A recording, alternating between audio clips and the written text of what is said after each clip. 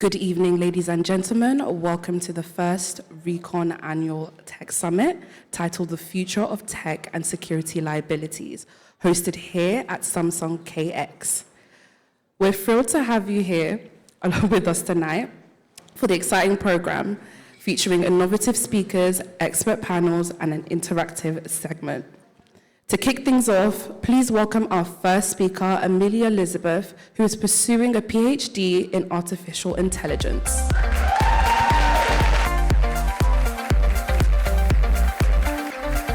Hello, everyone. My name is Dr. Amelia, and I'm doing a PhD at Imperial College London. So I'll be giving a very short presentation on AI in medtech, the future prospects and challenges. So going on, AI is used in many different areas within the medtech field. We have large language models, which are used as chatbots to help with patient questions. And then we also have the models which are used to help make decisions. So we have machine learning models, which are trained on patient data. Let's say patient data like MRI scans or patient tabular data, like patient transcriptomic data, and then that is used to train the model, and these models help the doctors to make more informed decisions about patient treatment. And that's the area of AI that I mostly look at, so using those machine learning models to create these models that can be used to help make decisions.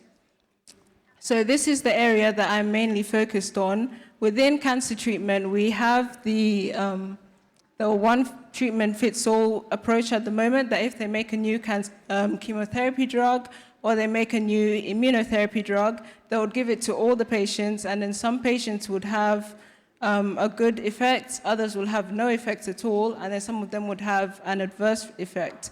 And the dream would be for us to have AI personalized treatment.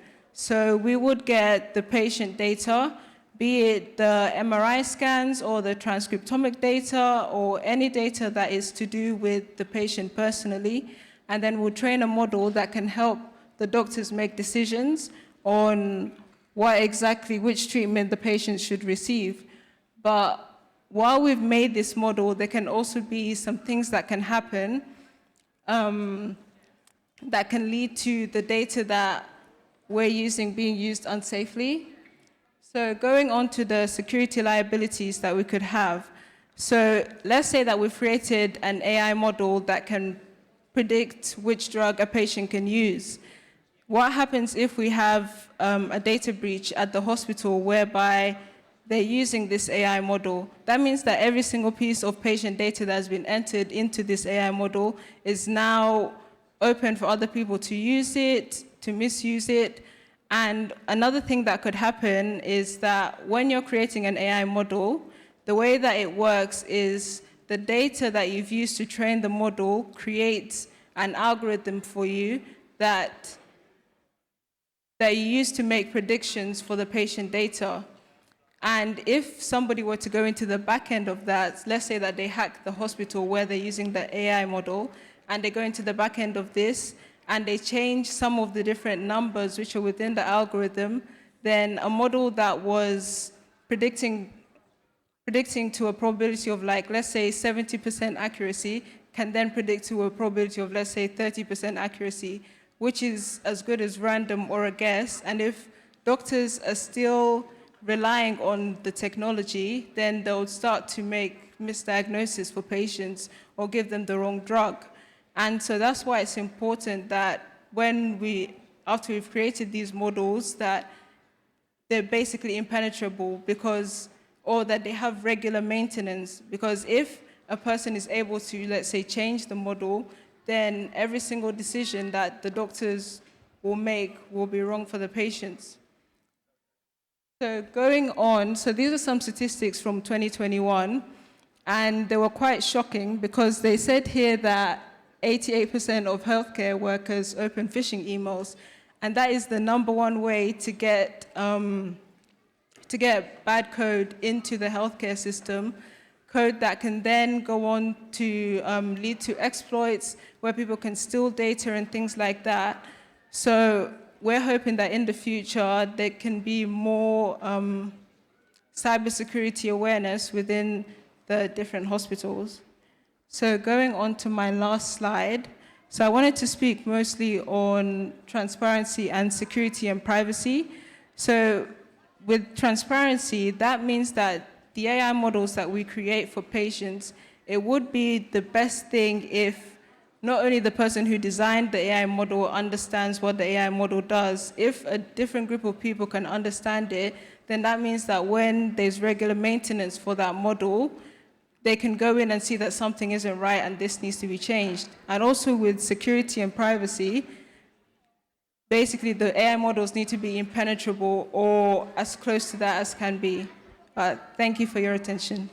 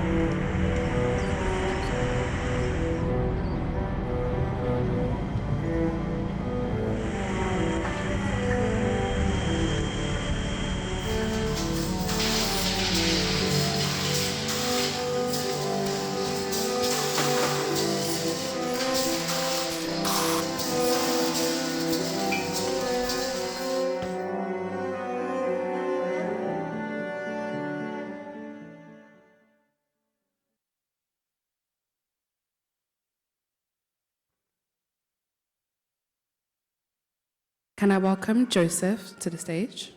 Hello, everyone. This is nice. I like this. Seeing smiling faces, this is good. This is good. All right. So, guys, I'm here for a quick introduction of R3CON and basically to tell you what R3CON is about. So, R3CON is made up of 3 arms. We have an MSP, we have a community which we are solely and heavily basing all our energy into to encourage young people like yourselves in the crowd to get more into tech and to be more excited about it. Obviously, there's more horizons in tech.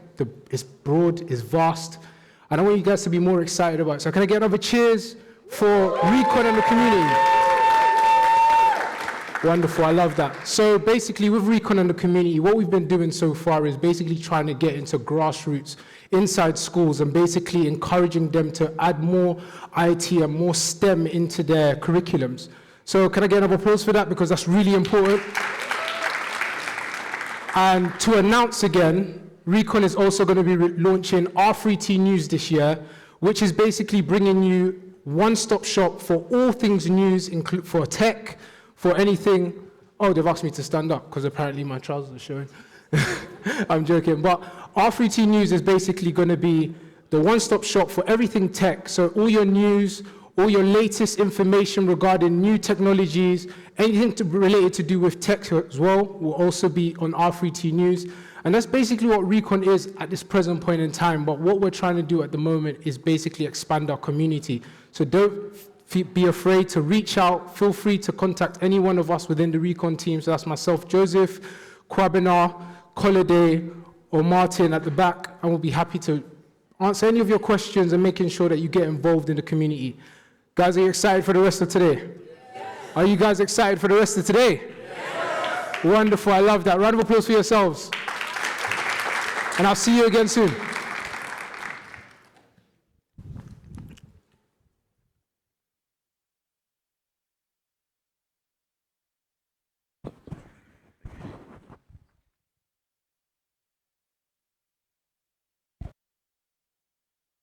Next, we'll have our first session panel hosted by Joseph Phillips.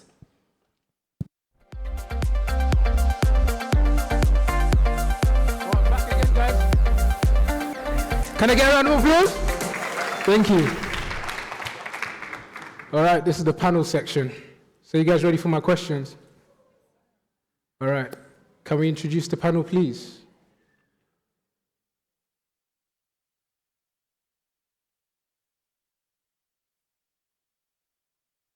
Can we welcome Jason, CEO developer, Emily Monnier, studying at the University of Cambridge, and Simba, who's a cloud solution architect.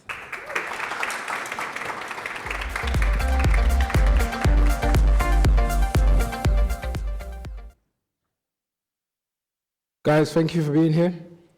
Welcome. Thank you for having us. Can we get another round of applause for them, please? It's not easy to come down here. I'm just waiting for them to get me my iPad so I can ask these guys some lovely questions. Thank you. All right. So the first question is going for Simba. Okay. So cloud adoption trends. As a cloud solutions architect, what emerging cloud technologies do you see shaping the future of cloud computing? And how should companies prepare, adopt themselves while managing security risks? Well, first of all, thank you everyone for having me here today. My name is Simba. I'm a cloud solution architect at Microsoft. I work in infrastructure, focusing on AI infrastructure and security. But to sort of get to the answer of your question, I think that there are two things that are probably key in the future, which is AI and ML, so artificial intelligence and machine learning. Those are some very key big ticket items. With that comes with the conversation of sort of the issues of data privacy in terms of AI and ML. So what data are we training these models on, and essentially how to make sure that companies' data is secure as well as personal data as well. Then the second thing and last that I think is sort of the hybrid cloud or hybrid network in terms of technology. So we understand that companies have got, on-prem situations, they've got clouds, they've got different clouds, and that creates a lot of different holes for security breaches. So it's really trying to make sure that there's a consistent way of sort of auditing security and making sure that you're always safe in the cloud. Thank you very much, Simba. So you were talking about AI development. So Jason, as a developer yourself, what are the challenges you face? So what are some of the biggest challenges you face as a developer when working with AI algorithms in the cloud environment? Yeah, so one of the challenges that we face is like after creating a model and training the model, we have the encryptions that we have to encrypt on the model for someone not to be able to trick the model to give information which is not supposed to be given out, and also to be able to protect the model from breach, to protect it much more. From infiltration. Exactly. And also to test the models against vulnerabilities which is already out, because most of the time we use open source libraries. Okay. So we keep updating it and get pen testers to test the software before you put it out. All right. So these are some of the challenges that we face. Thank you, Jason. I appreciate it. So he was talking about developing AIs. Obviously, Emily, you've got a background in both corporate tech world and academia. So what ethical guidelines would these guys need to put in place when developing these AI technologies? Yeah, hi everyone, I'm Emily. I'm doing a master's in social innovation at the University of Cambridge. And, looking from an academic point of view, so a bit of background about my research, I look at creating access to funding through artificial intelligence for Black women. And so, for example, if you look in the last 10 years, which this figures outstanding, only 0.02 Black women in the last 10 years have secured funding. And wow. And if we look at how artificial intelligence can kind of bridge this gap, so for example, when applicants send in their applications to venture capital funds, the way artificial intelligence would kind of help this would be that the applications would be looked at objectively. So the artificial intelligence, from the data set would, hopefully would be complete. And so these applicants are being judged fairly.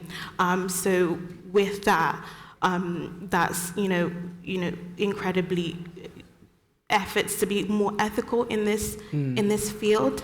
And so I think more information and more learning is really a large part of becoming more ethical, because I think the issue is that there's not enough learning, there's not enough information, people aren't educated enough, and so Black women, underrepresented groups in general, are kind of getting the short end of things.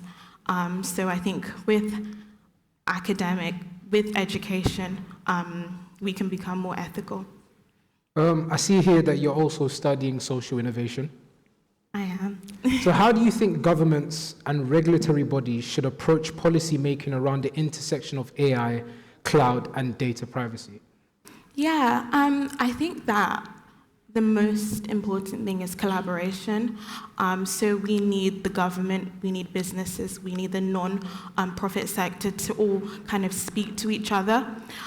So when they all speak to each other, they all can, stakeholders are informed. They're able to understand diverse perspectives. They're able to make more informed decisions. So similar to kind of like what I was saying, I think the most important thing is collaboration within all the sectors, and that's a huge thing of what we learn in social innovation. Okay, thank you very much. Simba, AI in the cloud. How do you see integration of AI in the cloud solutions evolving over the next few years, and what are the major security and privacy considerations business should keep in mind as they scale AI-driven cloud systems? Yeah, I think for a very long time, there's been this idea of AI and ML as something that happens outside of the normal applications that you have and sort of the solutions that you have.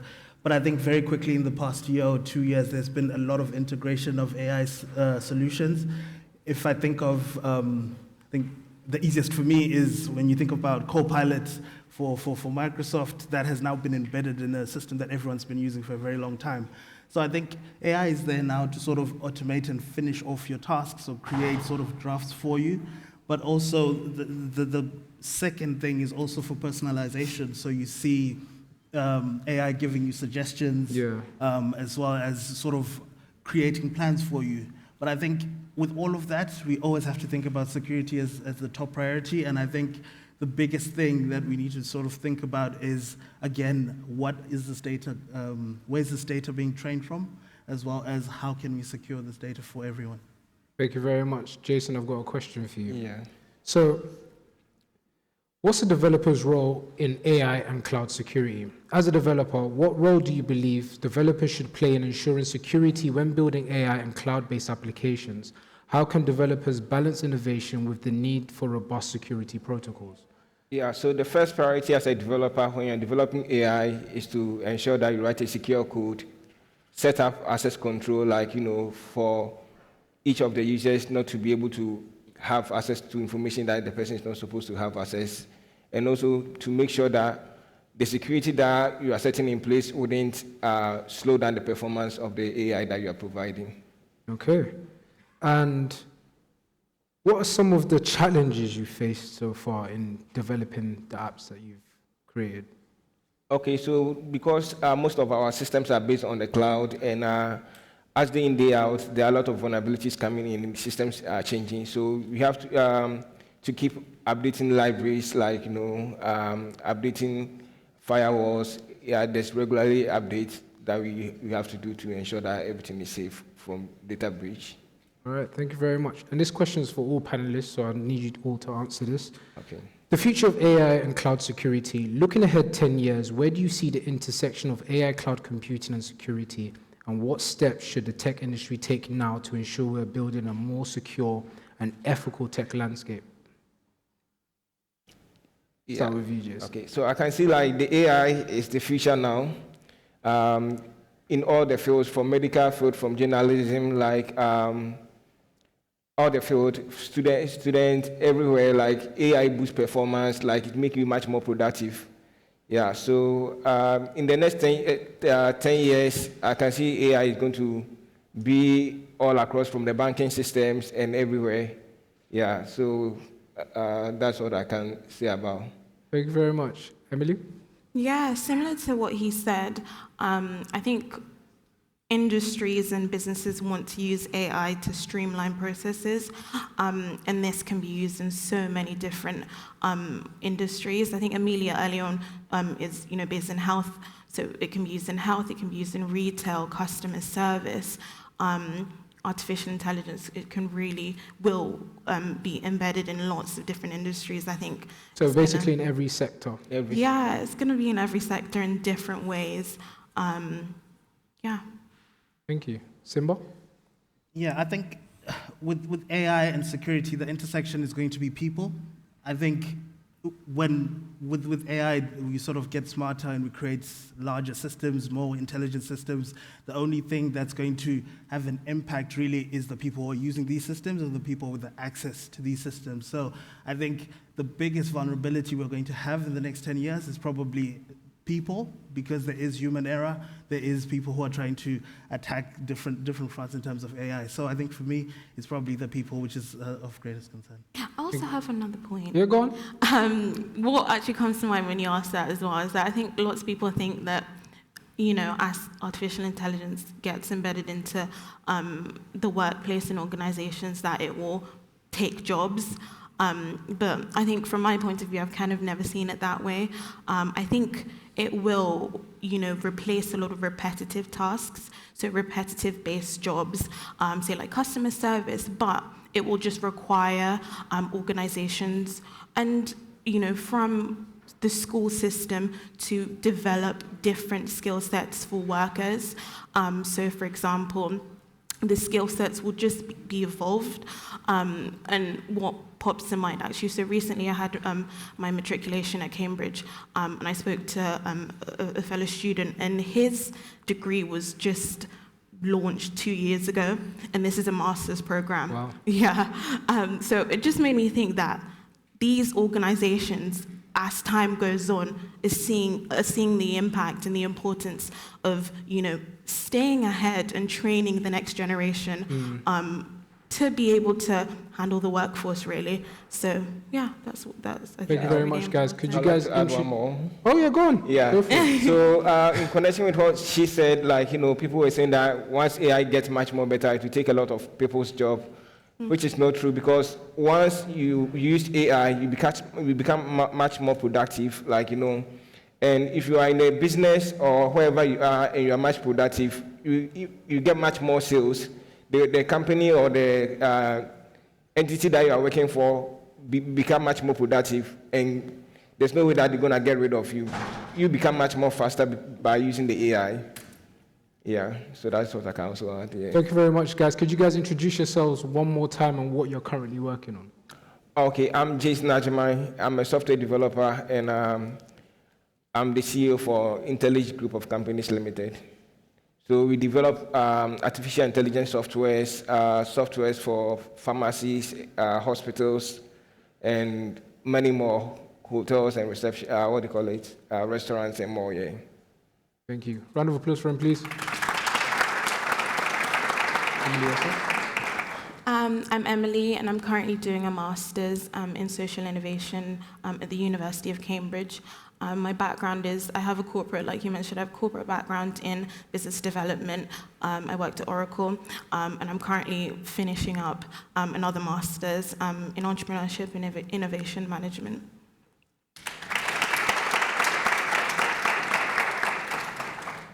Hello again. My name is Simba, so I'm a cloud solution architect at Microsoft. I work in the infrastructure space as well as security. I'm also the founder of Cloud Corner, which basically creates bite-sized learning for people who are interested in going through the CSA role, so sort of understand what the CSA role, what architecting solutions really means, and sort of giving you a pathway through to that as well. Thank you, guys. You may take your seats. Clap them off, please, guys, please. Thank you. Well done. That was an amazing panel. Up next, we'll be hearing from Dr. Samuel George White, who is a PhD researcher in neuroscience and artificial intelligence.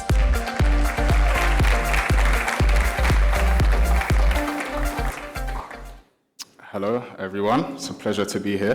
That was a great panel before. Could we actually give it out one more time for that panel? Thank you. So, as mentioned, I'm Samuel George White. I'm a PhD researcher at Imperial College London, and my research area is artificial intelligence and neuroscience. So today, I'm just going to be speaking briefly about some of the research I do on a day-to-day and how I think that is going to impact the future of technology, specifically AI. So my research is focused on advancing human-machine interface systems. What these are systems that take the current abilities of humans and find ways of augmenting them so we can perform better tasks, faster, stronger, and easier. So these are a few of the ways that we can augment systems. We have power augmentation, which allows us to do tasks which require more strength. We have workspace augmentation, which allows us to be more technical in certain fields like medicine. We have precision augmentation that can help with people who have loss of function in their arms to perform more detailed tasks. And then finally, we have degrees of freedom augmentation, which is the main focus area. It allows us to control more aspects of space than we currently have available with our normal bodies. Right. So a few of the applications where these systems can be used. Top left image, we have it being used to essentially advance medical interfacing, so the use of robots, but robots that can actually be controlled directly by the doctor. Then bottom left, we have an example of someone playing a piano. Imagine how great music would be if you could play with 3 hands instead of just 2. Bottom right, we have someone who would be in a wheelchair with the loss of mobility in their arms, enabling them to use robotic systems to, for example, pour themselves a drink and do their normal daily activity lives. And lastly, we have systems that, if you imagine how often we all use our phones, you can simply think, and signals can be pushed down to your arms, to your muscle groups, and they can actually be used to control electrical devices.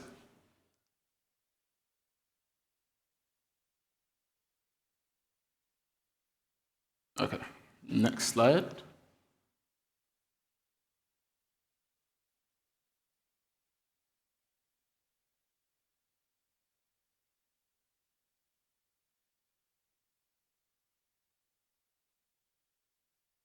Technology, huh?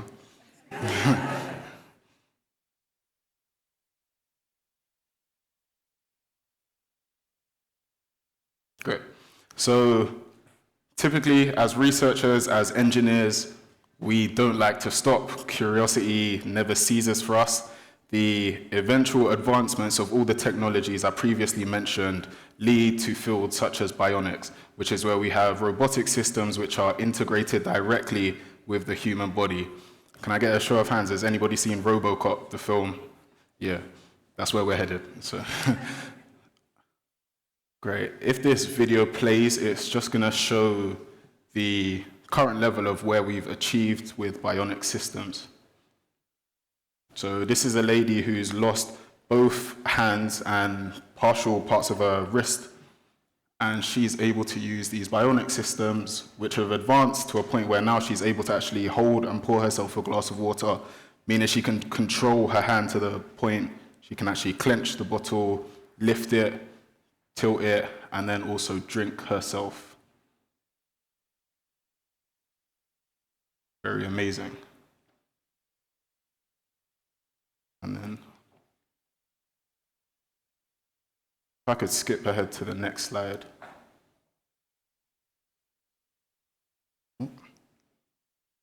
Yeah. So specifically on a day-to-day, this is what my research is focused on. It's essentially when we think of performing different actions, signals get sent from our brain, through our spine, along our nerves, and into our muscle groups. I'm looking at how we can manipulate those same signals that originated in the brain to control electronic devices. Essentially, you can think of a certain movement, and you're able to control something external.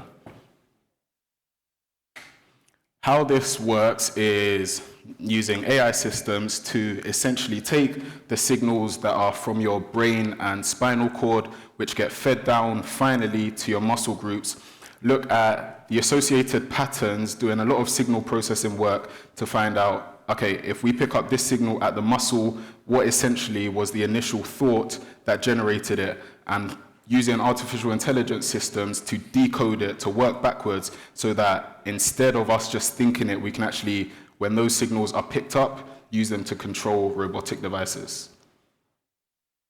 So the main artificial intelligence or neural network systems I use or I train are classifier networks. So I've just got the architecture of one classifier network I've used that has actually given pretty good results for this research. So these are the classes from a classifier network. What we want to do is predict which class, if I input a muscle signal or an EMG signal, I want my classifier network to know, okay, the person thought to flex their arm, or the person thought to extend their arm. Can our AI system grow or learn enough to be good enough to actually distinguish between the two? And we have various different classes. I want you to pay attention mainly to class 5, which is movement after an error. Essentially what that is when we think or when we're using a robotic system, there's a time where between me flexing my arm and extending my arm, I've stopped movement, but my brain is actually continually sending signals down to say, stop moving, we're going to change the direction in which we're moving in. Trying to decode those intricate signals is going to allow us to pave ways for things like cancellation of movements. Somebody who doesn't actually need to move their arm, but can think about cancelling any movement, and that same signal can be used to control robotic devices. So robotics controlled via thought. These are from my AI network, using it in real time, some of the results I achieved. This is an essential overview of how the model performed in detecting different classes. We have the baseline class, flexion, extension, and more classes. This is a more detailed view. And I just want to highlight the strength of the model. It actually performed a lot better than even my supervisor thought, so a round of applause for me. Thank you. It was actually able to accurately classify the different signals in a much more accurate and generalized view. The typical problem we have with AI systems when it comes to training them is it just memorizes all the data you input instead of actually learning what each signal represents. But I got great results when it came to generalizing. Cool. Just to summarize, discussing briefly on the preliminary results, it just shows that there's actually potential and future evidence that we can control robotic systems just through thought. Okay, thank you. We can control robotic systems just through thought. And the findings from this let us know that there's a pathway for different applications that can be in medicine, where a doctor can simply think of doing a movement and it can accurately train a robot to perform a specific movement, which links to more degrees of freedom and more accurate surgeries, for example. My current focus for the remainder of my PhD is focusing on refining these AI models and then going on to train external robotic devices. So one day in the future, bionics aren't going to be a strange concept and are actually going to be used to benefit the lives of many people, disabled people, and also people in various professions such as medicine. Thank you.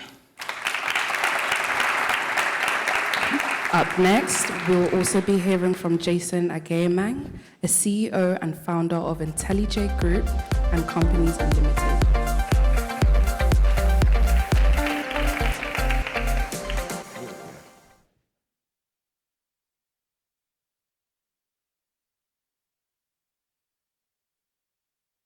So I'll be introducing you guys to IntelliJ AI, the AI software that I developed, which have all-in-one, and it's based on the GPT-4 model.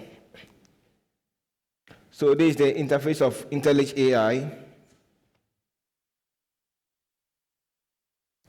So we have 7 models, and we have the models is AI Art Studio, which is for image generation. We have AI Image Editor, which you can just upload image and you can give it a prompt and It will do whatever you want for you. We have AI code generator, which can also help you for coding. Like if you're a software developer or a coder, you can ask it to code any language for you, like any programming language or any script that you want it to write. We have AI writer, so if you want to write articles, if you are like a news reporter or anyone who like writing articles, it can write a perfect article for you. You also have AI chat and uncensored model, which you can ask any questions, like restricted questions, which you won't find in any other models. You just get an answer for it. Also, we have the AI image to test. So you can just take image of anything, and you just get a description of the test image that you took. And it will give you like a captions, like, tags. If you need a tags, it can just provide all of it for you. And you also have AI voice to test. So in case someone is communicating a language that you don't understand, you have any recordings, you can just give it to the AI image to test, and it will just transcribe everything to you in the language that you want. So this is the AI studio, and this is the interface of it. We have 3 models in it. We have the E3, Stable Diffusion, and the latest model, which is the Flux model. And you give your prompt, choose the size of the image that you want, and pick up the art style that you want, and click on generate, and just get your image generated for you. So you can see on this screen, I made a prompt that I want a Mercedes S350 black, and I was using the DALL-E model. I pick up the size I want and generated it, and that was the output over there. Also, this is the AI image editor, so you can just pick, we have about 7 models in it. You can just pick up face generation, like, you just upload the image that you want to generate. You just give a prompt, and you just get a result of it. So I uploaded image, and I gave a prompt to convert the image to someone in the gym, and that was the output over there.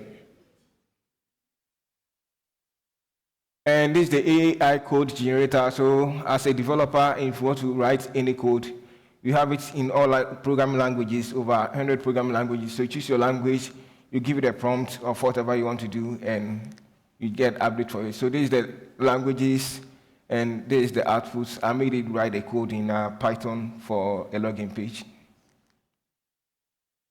And this is the article writer. So the same appears to it. You just pick up whatever you want to do, whether advertisement, blog, development, you just pick up, and you input the information in it, and it will just give you the output as well. The next one is the AI chat. So with the AI chat, we have the GPT-4 and the GPT-4.0 on it, and we have our own model, which we've also trained it with the uncensored model. So for you to ask questions which is restricted, which wouldn't get the answer in any AI model, you have to turn on the uncensored model on, then you can just get any update that you want. If not, if you just go on the new chat and you put anything, it's gonna pass you through the GPT-4 model, which wouldn't give you the update. Unless you turn on the uncensored, then you can just get your answer for it. So this is the input. You can see the models in it. But if you want to use the uncensored, you have to turn it on the main page before you can give the prompt.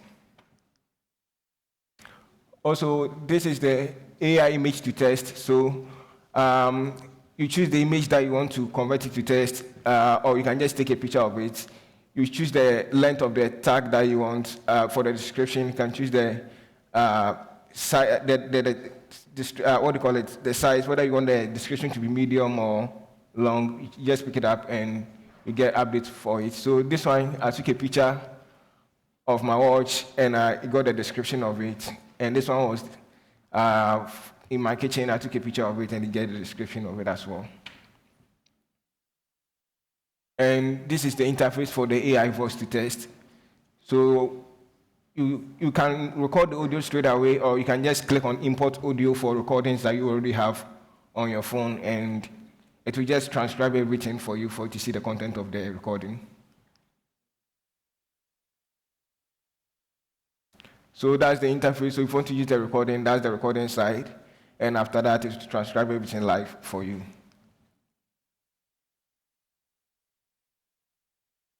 So this is the benefit of using IntelliJ AI. If you are interior designer, if you are content creator, any aspect, wherever you are, you can just use IntelliJ AI to boost your productivity and whatever you want to do with it.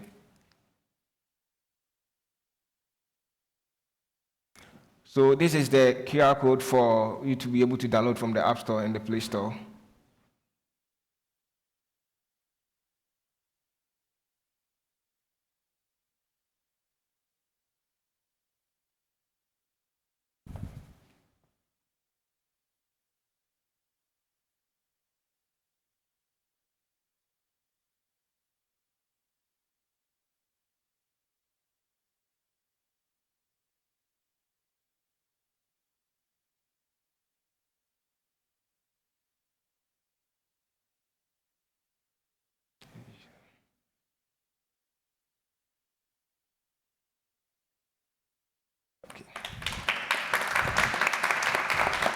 We will now take a 15-minute break, during which you can network, grab some food, and participate in a gaming segment over on the left-hand side, led by Thomas Latora and Michael Olsen.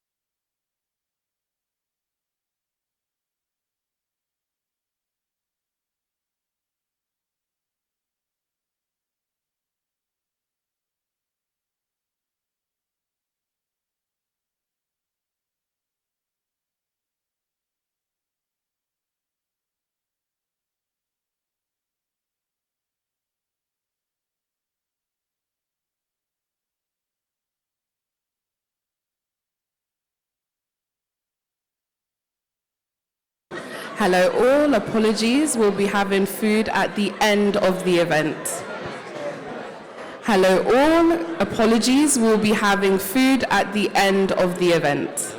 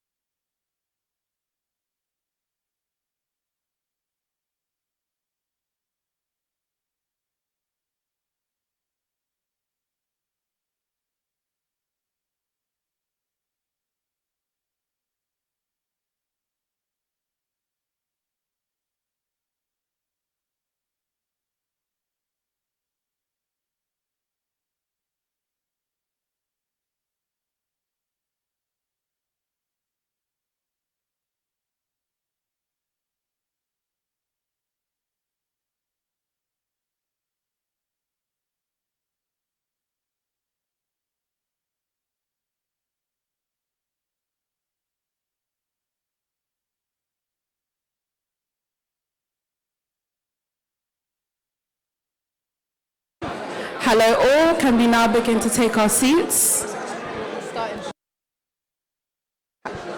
Hello all, can we now begin to take our seats? We'll be starting shortly.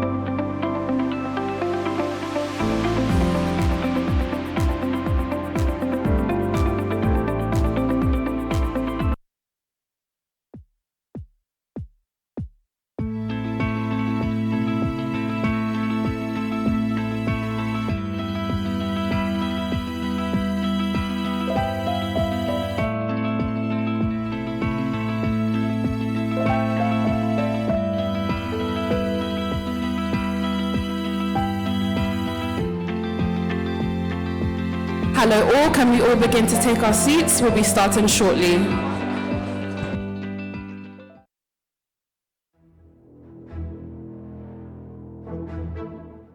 Hello all, can we all take our seats? We'll be starting in 1 minute. Can we be taking our seats? We'll be starting in 1 minute.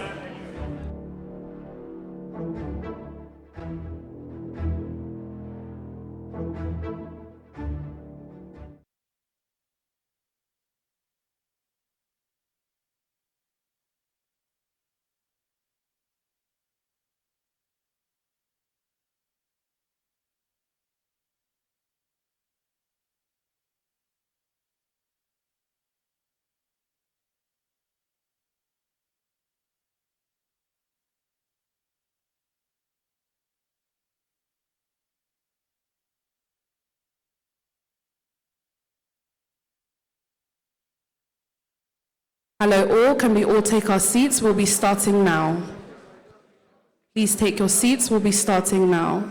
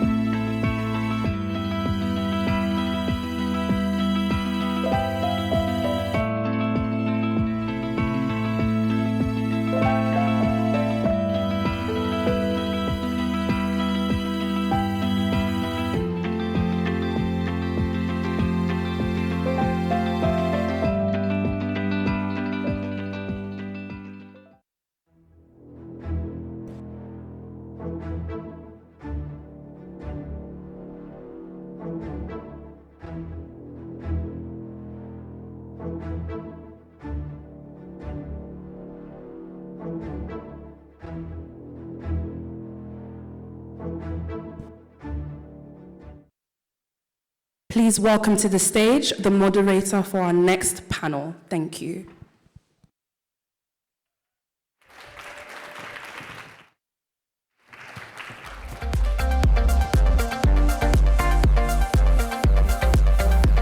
Good evening, everyone, and welcome to this R3CON event, the first ever annual summit titled The Future of Tech and Security Liabilities.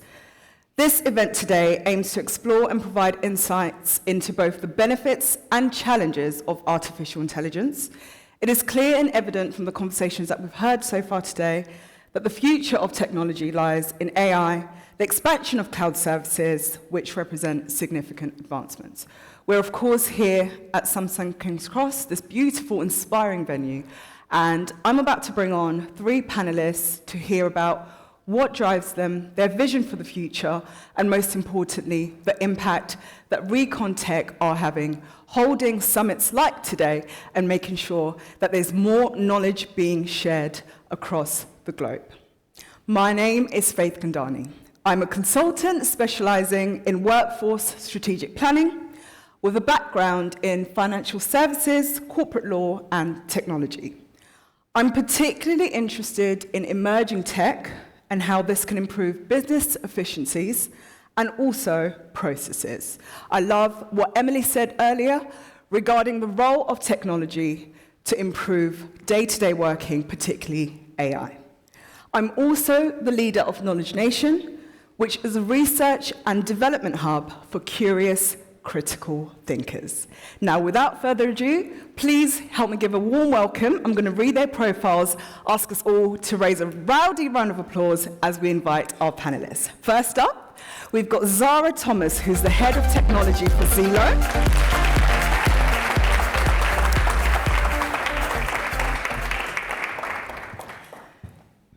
Please help me welcome Adam Adebisi, IT Project Manager at NHS.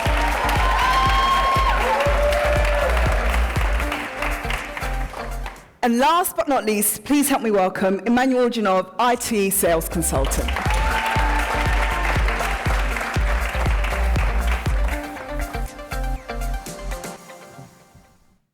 Great. So before we get into it, I think it's important that we're able to understand who we have here on today's panel, your backgrounds. So I'm going to read very briefly a bit of a blurb before we get into our questions. So Zara, dynamic entrepreneur and head of IT at Zelo, with over 15 years of experience in business transformation, technology, and change management. Zara's expertise extends to managing large-scale technology projects, overseeing cybersecurity, and optimizing systems for scalability and performance. Zara is also a dedicated mentor guiding the next generation of leaders. Welcome, Zara. Thank you. Adam's experience, next up, includes web development, programming, networking, security, and cloud. Adam is currently working at NHS Digital and has a background working at Netflix, Google, and AWS. Lastly, Emmanuel, founding member of PeaceX, which is the world's first AI-powered marketplace for buying and selling inspected software source code on a global scale. PeaceX's mission is leveraging AI to transform the software marketplace, enabling organizations to buy and sell code more securely and efficiently. So again, another round of applause welcoming our guests.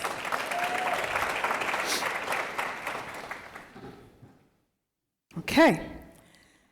Emmanuel, I'll start with you. As a founding member of PeaceX, you've played a key role in navigating complexities of scaling a tech startup, securing enterprise clients, and establishing strategic partnerships with key stakeholders, including the UK and Brazilian governments. So naturally, my first question is, there is concern that the AI could widen the gap between developed and developing countries, between various socioeconomic groups, but how do you think the global tech community, such as R3CON, can ensure that AI benefits are more equally distributed? Good question. I think every market has like a different kind of like specialities, and I think like of course there are some more developed markets that AI adoption is like much more quicker, much more faster. But of course there are some countries that are more emerging ones, and you know the technology there might be a little bit more slower, but still the adoption is there. It's still the technology and the interest in AI is there. I think at the moment we're in a crucial place in terms of like AI, where The companies who really know how to use the AI, really knows how to leverage that capabilities of building those softwares and building all the fundamentals models, will be able to leverage that and will be able to scale it to the next level. Especially at the moment, currently with PSEX, is something that you'll be able to do it much more faster and much more quicker. And R3CON, I think it's a great partner of us where you'll be able to scale that software to the next level, into the next execution phase.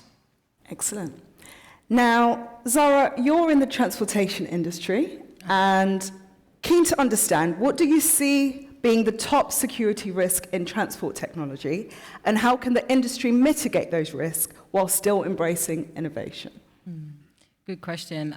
For us, we are constantly gathering so much data.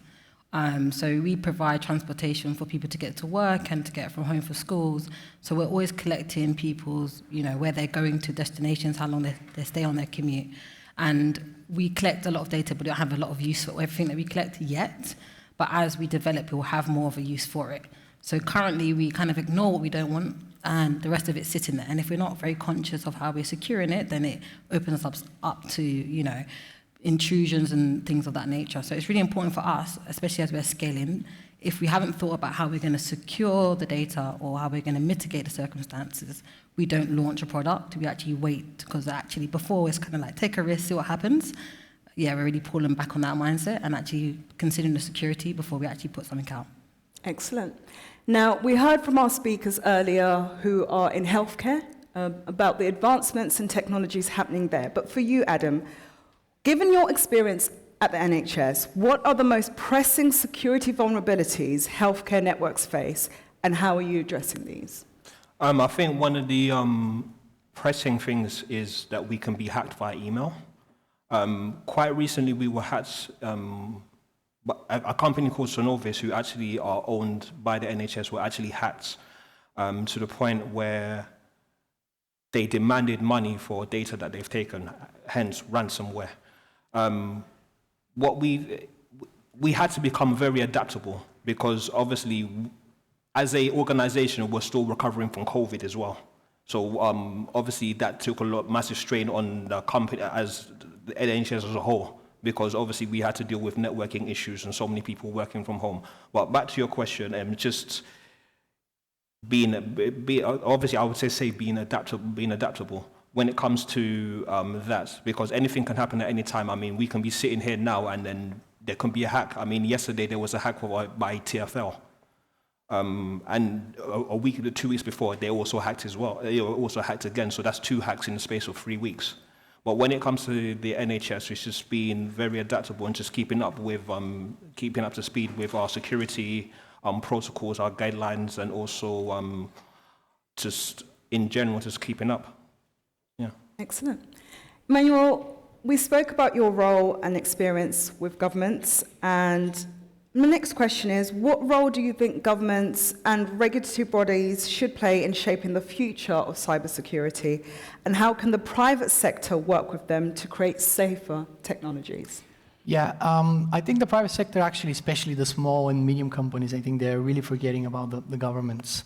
And to be honest, especially the UK government, it could be really, really helpful to develop those regulations, legislations, all of the important parts for the business to be developed in that region or that area. Mm-hmm. I think the regulation body in the next couple of probably years will should move much more quickly and much more fast in terms of developing those legal frames in general. But I think something interesting that really struck me last week or the week before was that the UK government is basically hiring an AI officer at the moment. Yeah. So this would be something quite interesting. And the previous panel, I think they were mentioning that about the future of work and the future of technology. So yes, AI might replace some jobs, but I think it might open much more opportunities in terms of job and future of tech as well. So I think that the companies and the business, they should work closely with the government, and especially with developing those frameworks and developing those legislations so that the technology could be exploded to the next level, basically. Excellent. Zara, speaking of the future, what do you see as the future of transportation and the role of technology in transforming that? Obviously, Adam mentioned there TfL and the recent hacks. Again, more broadly, what do you see being the future and the role of tech? Probably a competitor to TfL, because we're quite smart, so we can plan the routes ahead, and we don't have to follow the same route. We can actually, depend on who's on board, we can go the route quickest to get them to their end destination. So the more data we have, we can even think about the size of the bus, how many people's at a bus stop, we know how big the bus needs to be, thinking about our emissions being more green. So a lot of data is being used, so we can actually be more efficient in the way we serve our clients and our customers, and we can scale and adapt really quickly. Excellent. I'm going to throw this question out to all, so feel free to put your hand up if you're really budding to say something. But again, looking at the future of AI, cloud, and security, in the next 10 years, what do you see being the intersection between AI, cloud computing, and security? And what steps should the tech industry take now to ensure that we're building a secure, ethical, and sustainable tech landscape? Anyone keen? Yeah, in terms of like cybersecurity, I think like there will be like three main things. Practically, I think that the threat detection will be like, for example, much more quicker. The behavior, for example, those models that we educated to understand the behavior of the people, how to use those systems much more quickly. And I think that basically the prediction models, I think this is something that will be much more complex and with much more information. In terms of like cloud usage, this is a very interesting topic, and to be honest, it's very broad. But I think the cloud systems, they will be currently the companies are using much more cloud and much more cloud every day, and this will go up for sure in the next couple of years. So back to your question, I think to make sure that we have like a good frame to work together, there's like correct ecosystem and everything is like put in place. I think the government should work with the companies and businesses. They should be able to participate in those legal frames, all the legislations and all the frameworks that needs to be developed in the future. Yeah. I think when it comes down to it, there needs to be policies put in place, especially when it comes to the government, because data is basically the #1 currency in the world right now, as I would say. So with that being said, there's a lot of data floating around, and it needs to be controlled. There needs to be guidelines, there needs to be policies, there needs to be strategies of when it comes to data, how it is looked after. Because like I said, with the number of hacks that we have now, it's got to a point where it has to be addressed, and it needs to be addressed like yesterday. So I would say that when it comes down to it, it's data and policies. And to echo the things, my friends here, there needs to be threat levels need to go up. When it comes to the threat levels will always go up. So we need to be thinking more and more forward. And lastly, Zara, any thoughts? No. No thoughts? I think they covered it. Excellent. Now, it's important to note that obviously today we are at this R3CON event in collaboration with Samsung. Mm-hmm.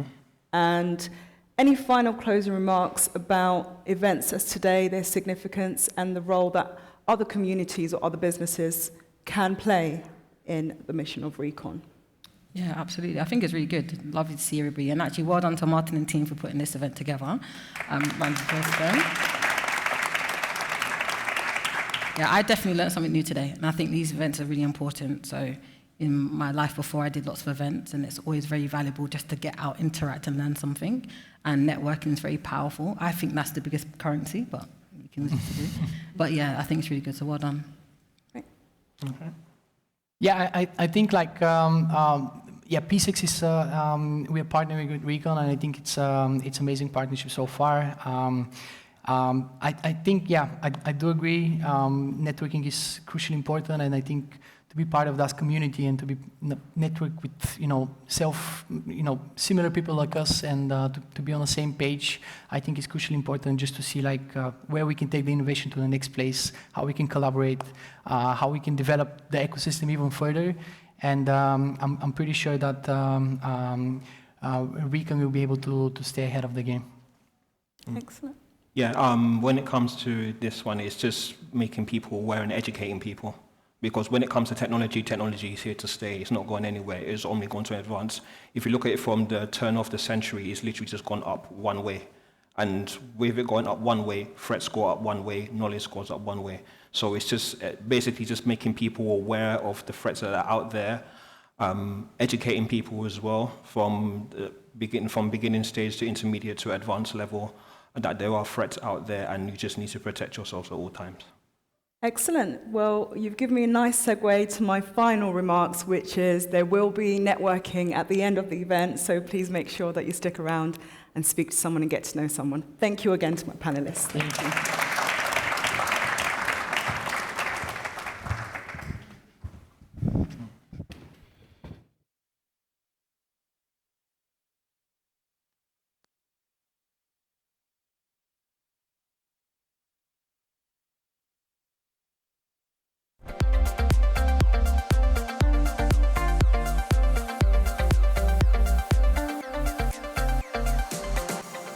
Hello, guys. Okay, I need another round of applause for my co-moderator because that was an amazing segment. She's way better at hosting panels than I am. All right, so this is one of my favorite parts of today, and I hope it's going to impact the rest of you guys today as well. So, who are we introducing to the stage? Indeed, we have the pleasure of introducing a very special guest on stage with us tonight. Do you want to go for it, or should I? No, you go for it. You're a better speaker than I am. Okay, so introducing next, to join us on the stage today, Pastor Toby Adeboyega, who is the Global Pastor of SPAC Nation, world-renowned for creating social mobility pathways for thousands of young people across the UK and the globe through mentorship and investment. Pastor Toby has built communities and set up initiatives, foundations, and charity to meet the needs of millions globally across many industries, including healthcare, media, sports, technology, research. The list is endless. We're going to have an insightful discussion, 100%. Hearing his thoughts. So, ladies and gentlemen, please, with a round of applause, help me welcome Pastor Toby to the stage. Thank you, sir.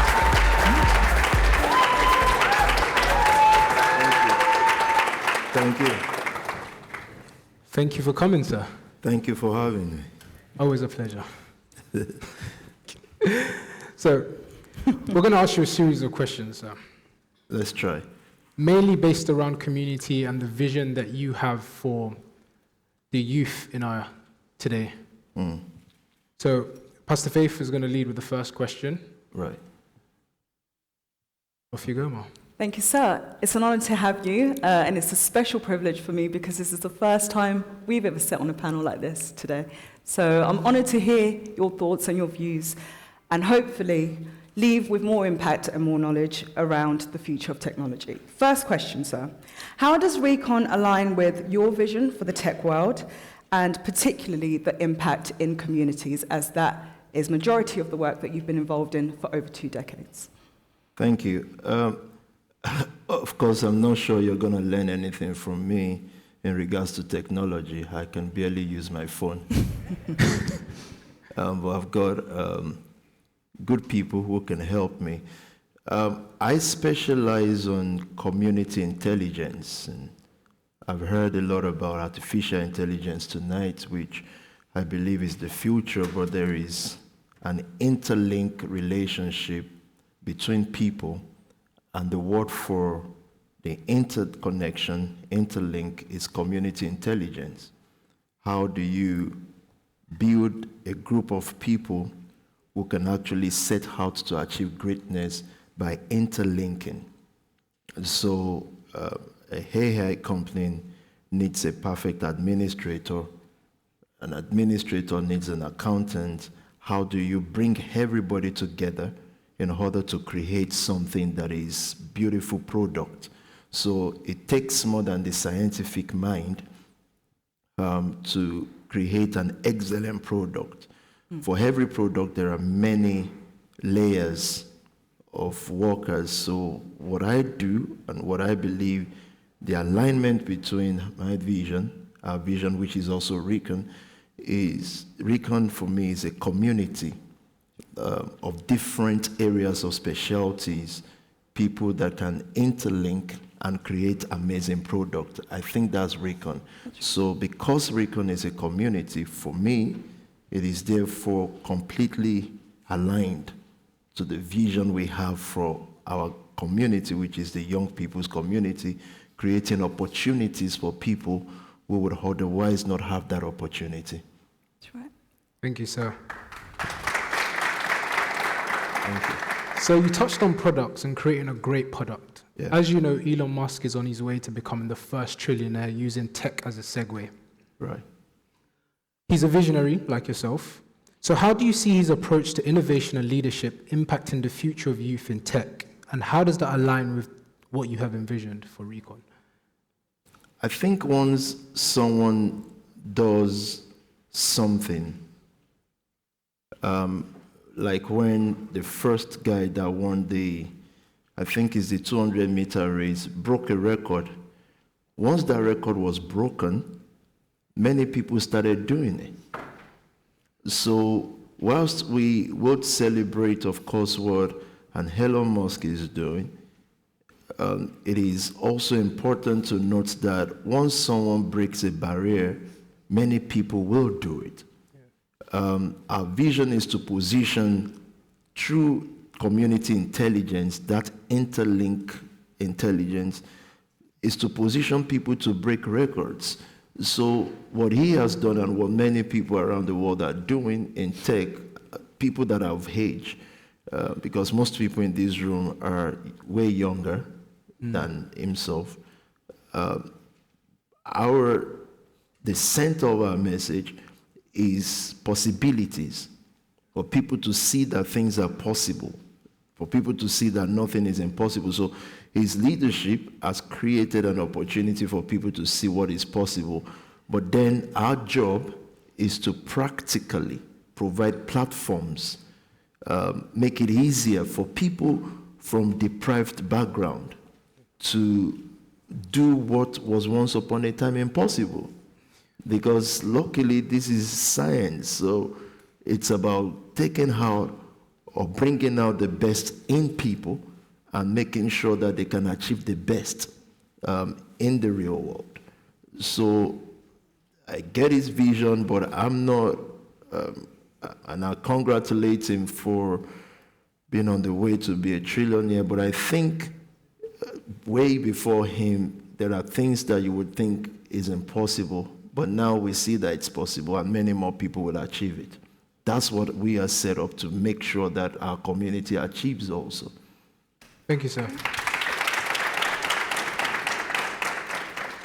You mentioned the community of young people, and there are, of course, many young people in the room today, perhaps aspiring to get into tech, big dreams, big hopes. Yeah. What do you think are the key challenges that young people face today who potentially are aspiring, and how can these be addressed? R3CON is addressing it, and I congratulate you for sessions like tonight, because to address things, every major challenge, in order to solve a major challenge, certain conversations must be heard. R3CON is a convergence of people who want to have those conversations. Sometimes those conversations are difficult. So it is in meetings and networkings like these that we can all think about what are the challenges, because my knowledge of those challenges can be minimal because of my exposure to the tech world. But meetings like these or sessions like these start up conversations, and R3CON as a community will then need everybody in the room to be part of that community so that we can first detect these challenges together so that no one is assuming, and also prefer solution, and that's why we call it community intelligence, because someone always has the answer that someone is missing. Someone is singing what another person is not singing. That's the community. That's the community. So to address anything, to even know what the issues are, there has to be conversations like R3CON. Thank you, sir. Thank you. So you're a big advocate for the youth of our generation, and the youngest generation, Gen Alpha. My son's in the room somewhere. He can't seem to live without an iPad. Is that what they call their Gen Alpha? Yeah. Oh my God, we're so far. We're still on Gen Z. We're still trying to figure out Gen Z. So as I was saying, the youngest generation, they can't seem to live without technology. Like my son, he can't live without an iPad, can't go to bed without an iPad, can't wake up without an iPad. How do you feel like the constant exposure to technology, how do you feel like it affects their future in tech-related fields, but also their development in other areas of life, such as creativity, social skills, and problem solving? I think I would like to focus on the effect positively, because when we were growing up, if you played PS4, 5, there wasn't even PS4 then. Super Nintendo, sir. Super Nintendo, thank you, sir. You're deemed as, our parents will look at you like you're not serious. Because you should be reading your books, they say. So, but now we have gamers who are making millions and all these because they are gamers.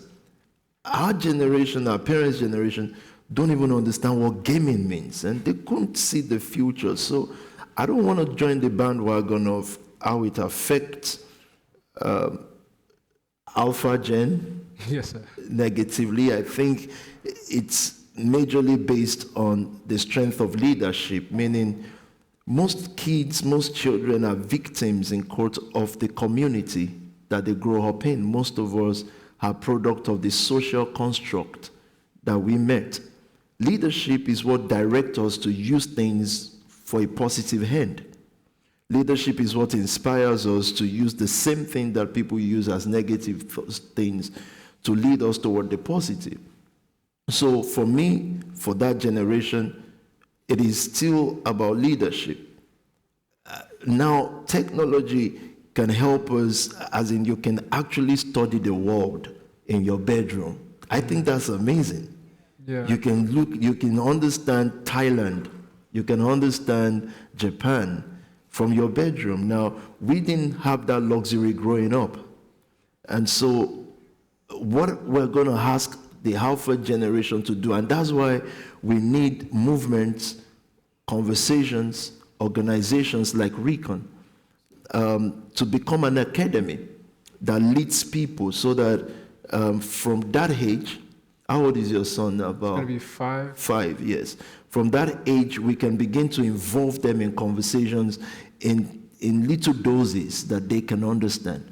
And so, again, our focus is going to be about how it affects them, expand the territories of their knowledge.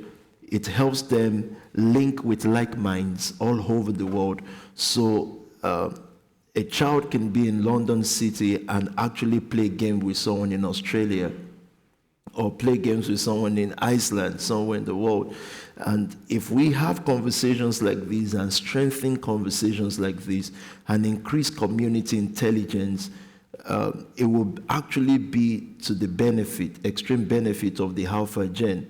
So we can't stop them from it, but we can lead them towards the positive side of these conversations and of technology. Using it as tools. Using it as tools, yes, sir. Thank you, sir. As we wrap up, do you have any closing remarks regarding the future? You mentioned, of course, that previous generations could not see days like today, could not see the fact that someone can become a millionaire, even beyond through gaming. What is your vision for those that are probably watching this, perhaps tonight? We know that we've got audiences that are part of the R3CON community actually in Nigeria that are watching us live currently.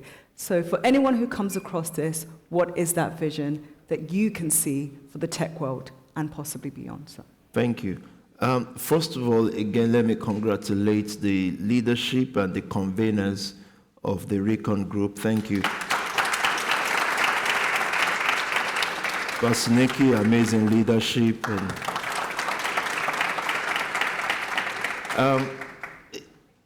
I like practical things because many times there can be a lot of talk, but to actualize it, it takes the strength and the sacrifice of a group of people, not just to start a conversation, but to continue it. When I look at R3CON, I'm thinking about hundreds, I think probably thousands of young people who need this opportunity.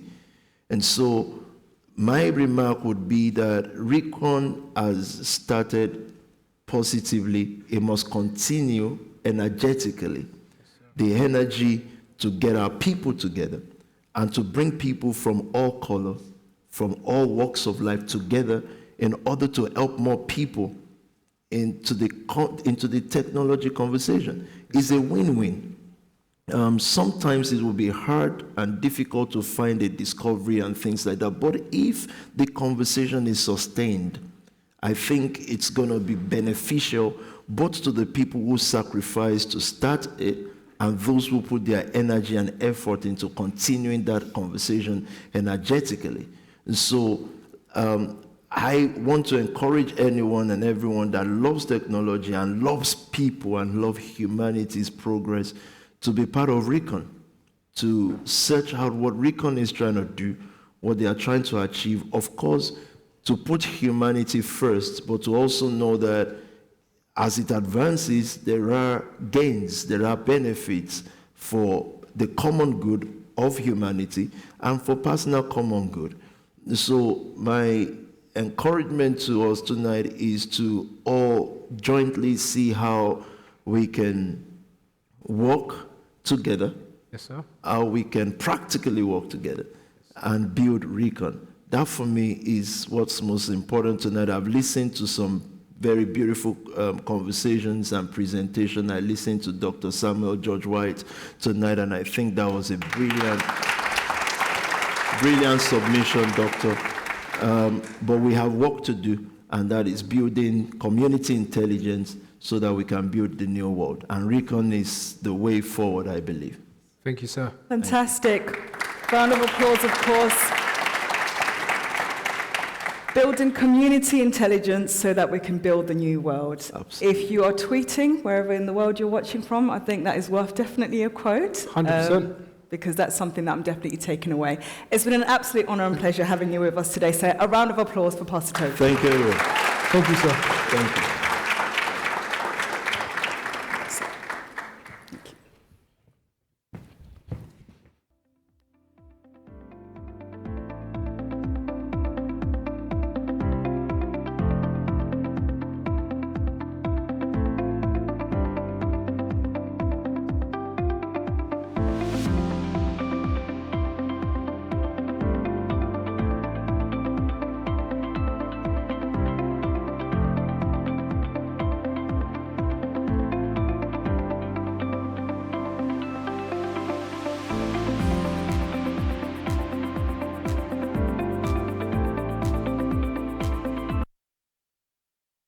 Lastly, we'll be hearing from two keynote speakers, starting with James Robson, who is a London-based data protection professional with a diverse background.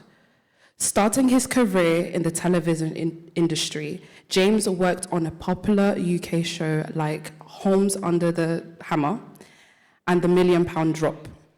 He later transitioned into IT infrastructure and cybersecurity, where he built a successful sales management career.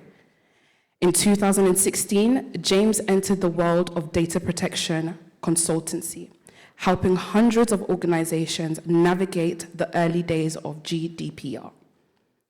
His expertise has led him to roles with the largest global psychometric testing firm and the UK Office for National Statistics. Currently, James serves as the statutory data protection office for the Labour Party. Can we please have a round of applause?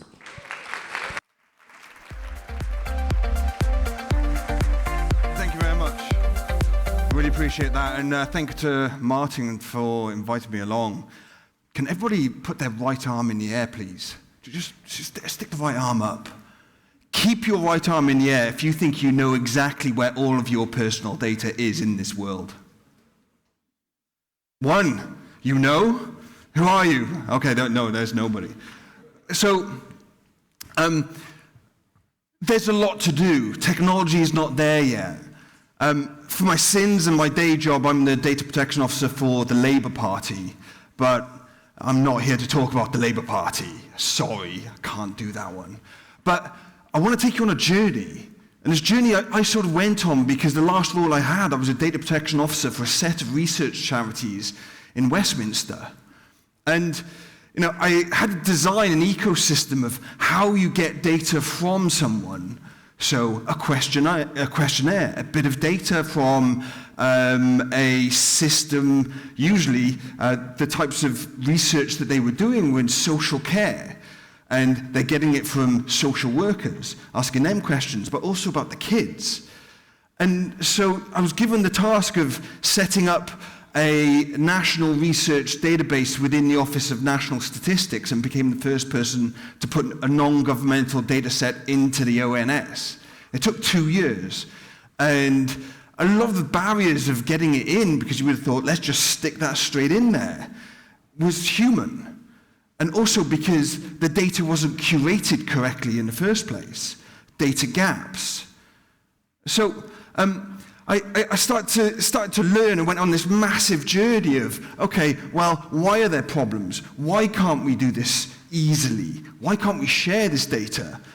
In research, you do that work, you collect that data, you write your paper, and then you leave the data where it is, and it's not used again. You have maybe a layer of new secondary research being done on all those papers, and before you know it, you've got another paper, and then another paper coming up here where they're starting to collect more data again, and the data's already being collected over here, but they don't know about it. There's no cataloging. There's no sharing. It already exists, so why are we kind of baby stepping forward when we can actually share that data? But we don't know where that is. But we need it. We need it for decision making. And we need it for research. So a tragedy a number of years ago was the lives of 2 children were cut short by their parents. So Star Hobson, I think 18 months old, died at the hands of their parents, and they were in the care sector. They were being looked after. But because of data sharing problems within the ecosystem of social care, the social workers didn't get to the children quick enough. And that's the paper from the investigation into the deaths of Arthur and Star. And so what has to happen?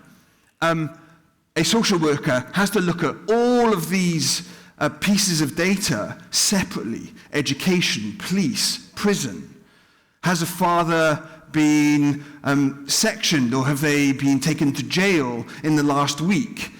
And when are they going to get to know that, to go, I've got to get to that household and look after that child? And they've got to collate all of this, but it's not quick. It's slow. Multi-agency sharing hubs where it's literally a Zoom call with all these people with other laptops open talking about the data they have in front of them. Why are they not sharing? And there's been a pioneering exercise with an organization called Insight Bristol, and they developed something called the Think Family database. And, the person that runs it, Gary Davis, is a bit of an inspiration, and in one of his talks, he gave a quote from Desmond Tutu, which was, at some point, we have to stop pulling the dead bodies out of the river, walk up the river, and work out why they're falling in. So why don't we do that with children and social care? And so they did. So they managed to put together a Microsoft BI dashboard to have feeds of 35 data sets at the fingertips of the social workers in Bristol. From there, he's gone on to get £1 million investment from what was the Department of Levelling Up and Housing before Labour came into power to build it again in Somerset. But then do research on top of it to work out, well, how do you replicate that? What works here, let's try and make it work over there and save more lives there. So the data has that power. And the legislation is developed so you have accredited processing environments as a concept now. And the first one in the UK was, of course, the ONS, the Office for National Statistics, but it's their Secure Research Service. And that's now developed into a new iteration, the Integrated Data Service, where they employ kind of an access-only, it's called this 5 safes model of safe data is the data right, safe people is the person right accessing it, safe settings, you literally have to go into a booth without your phone to be able to access that data. And so they've pioneered what is now the gold standard globally for being able to get access to research data. And so it is amazing what's going on. And the reason why the tree is in there, it's called a trusted research environment. How do you lock that down? And you have the concept of trusted execution environments, and then containerized data sets and confidential computing. And it led on to kind of the investigations into, well, we've got an enormous data set that is actually probably the most established data set or sets because it's not all together in the world. 75 years worth of NHS data. How on earth do you get hold of that and put that together for researchers to get access?